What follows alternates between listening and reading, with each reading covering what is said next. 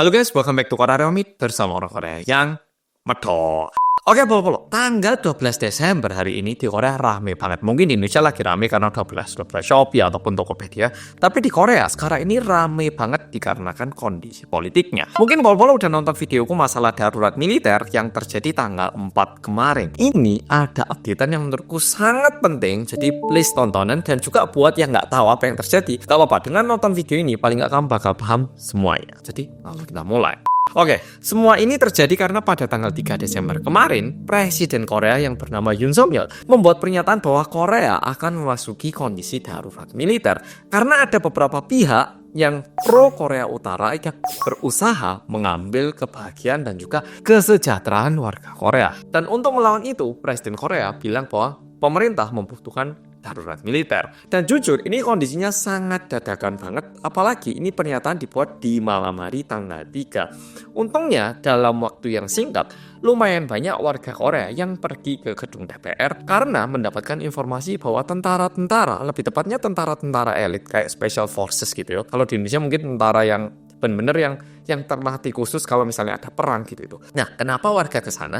Karena untuk membatalkan pernyataan darurat militer ini, yang bisa dilakukan adalah anggota DPR itu kumpul di dalam gedung DPR, membuka rapat dan menyetujui untuk membatalkan darurat militer. Tapi kalau misalnya para tentara ini udah ke sana dan juga menutup, udah diisolasi, anggota DPR nggak bisa masuk ya toh. Sehingga warga-warga itu ke sana untuk menjadi tameng biar DPR itu bisa masuk dan membuka rapat dan juga membatalkan darurat militer. Dan untungnya ini berhasil. Jadi anggota DPR itu pergi ke dalam gedung DPR di kayak jam 12, jam 1 gitu dan buka rapat, dan dalam waktu yang singkat semua anggota DPR, jadi dari 300 anggota DPR, 190 orang yang datang dan semuanya menyetujui untuk pembatalan darurat militer. Dan setelah ini dinyatakan, akhirnya tentara-tentara yang datang ke sana disuruh pulang karena udah nggak lagi di dalam fase darurat militer.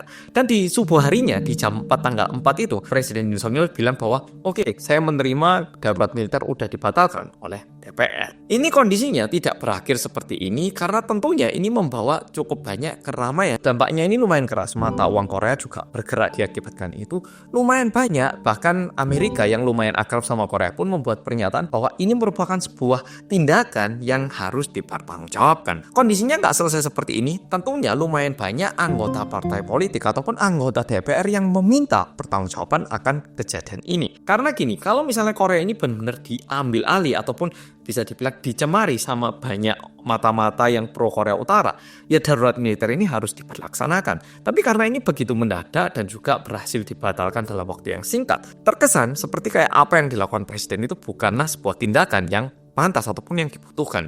Tentunya karena ini lumayan serius, partai-partai politik oposisi mereka ini berkumpul dan juga berusaha menurunkan Yoon Suk Yeol dari jabatan presiden. Dan ketika ini dibawa ke DPR dan dilakukan voting, ternyata tidak mencukupi angka yang dibutuhkan. Nah, masalahnya ketika di voting dari 300 orang, ternyata lumayan banyak anggota DPR yang nggak setuju. Dan tentunya mayoritas yang nggak setuju merupakan anggota DPR dari partai politik yang sama dengan presiden. Dan ketika ini voting dilakukan, namanya itu bakal kelihatan gitu loh, yang setuju siapa, yang nggak setuju siapa. Nah, warga tahu ya toh anggota DPR mana yang nggak setuju. Nah, dikarenakan ini anggota-anggota DPR yang nggak setuju namanya ini tersebar dan bisa dibilang mendapatkan tekanan dari para warga. Ada anggota DPR yang depan rumahnya itu tiba-tiba ada pisau ataupun Instagramnya dipenuhi hate comment, dan ini kondisinya itu semakin memburuk. Dan hari ini tanggal 12 Desember ini yang menarik, pada pukul 9.30 ketua partai politiknya presiden yang bernama Han Dong-un bilang bahwa presiden kita saat ini alias Yoon Suk Yeol terkesan sudah tidak bisa lagi melanjutkan tugasnya sebagai presiden karena yang dia lakukan itu sudah tidak masuk akal dan terkesan kayak sebuah pemberontakan.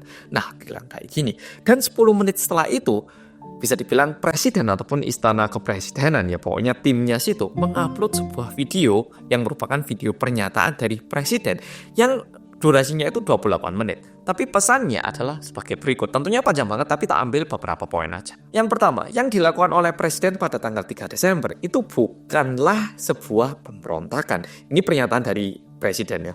Bukanlah sebuah pemberontakan. Karena mana ada pemberontakan yang cuma dilakukan selama 2 jam. By the way, kalau menurutku ini 2 jam karena anggota DPR kumpul dan membatalkan ya. Tapi kalau misalnya anggota DPR nggak bisa kumpul dan ini nggak dibatalkan, mungkin ini bakal berlanjut. Tapi pokoknya Presiden bilang bahwa kondisi darurat militer itu cuma berjalan 2 jam. Dan ini nggak bisa dilihat sebagai bentuk pemberontakan. Dan memang betul ada tentara-tentara yang dikirimkan. Tapi yang kita kirim loh nggak terlalu banyak.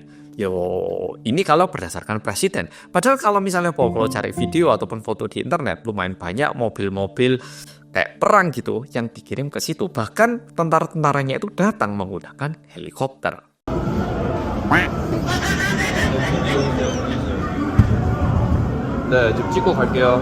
Dan ini sedikit tambahan, sekarang lumayan banyak bocoran-bocoran dari staf tentara yang bilang bahwa sebenarnya pada hari itu mereka itu mendapatkan tugas untuk menculik beberapa anggota DPR untuk ditahan di sebuah bunker ataupun di ruang rahasia gitu.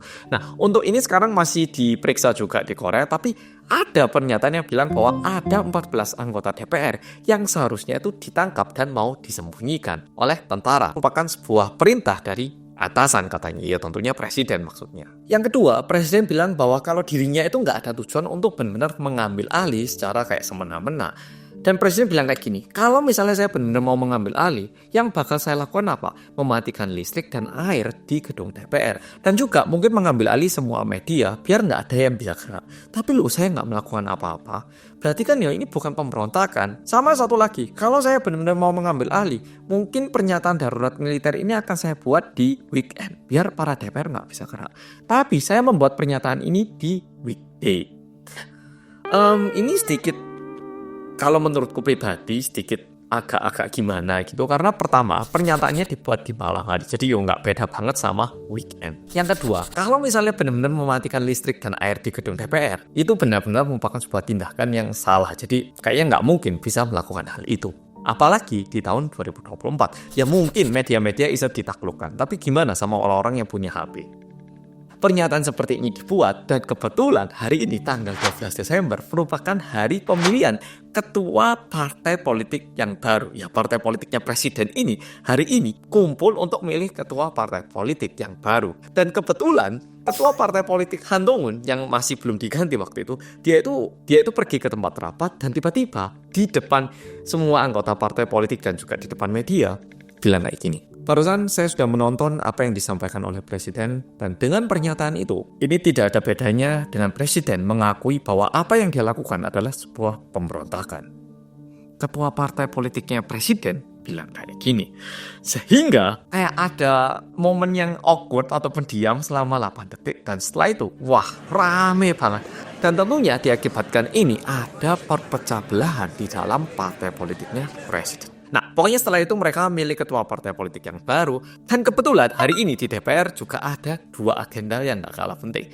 Yang pertama, apakah Yoon Seok-yeol ini perlu diinvestigasi ulang untuk pemberontakan kemarin? Yang kedua, apakah ibu negara alias istrinya Yoon Seok-yeol perlu diinvestigasi lebih dalam berhubungan dengan masalah manipulasi harga saham? Dan dua-duanya ini mendapatkan suara yang cukup untuk dilanjutkan ke tahap berikutnya. Dan ini menunjukkan bahwa anggota DPR dari partai politiknya presiden sendiri, mereka ini sekarang udah terpecah belah. Ada yang berusaha loyal, ada juga yang merasa kayak, wah ini kalau misalnya aku berusaha loyal, mungkin partai politik masih suka sama aku, tapi bisa jadi aku dibuang sama para warga. Dan satu info yang pengen aku sampaikan adalah tanggal 14 Desember pukul 17 ataupun 5 sore hari jam Korea tentunya, bakal ada diskusi lagi ataupun agenda di DPR Korea, apakah Presiden Yoon Seok-yeol ini bakal diturunkan atau tidak.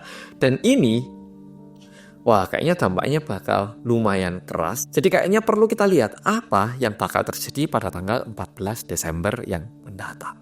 Dan menarik ya, kondisi yang kacau balau ini ternyata diberitakan di TV Korea Utara. Dan menariknya, TV Korea Utara bilang bahwa Yoon Seok-yeol ini adalah seseorang yang diktator. Padahal mereka ini negara komunis yang bisa dibilang, ya aku sebagai orang konservatif dia jauh lebih diktator. Tapi mereka bilang kalau Yoon Seok-yeol ini adalah seorang diktator. Ini lucu banget. Dan warga Korea merasa kayak parahin negara kita. Sampai korup yang diktator aja loh bilang kalau presiden negara kita ini diktator. Ya kayak gitu.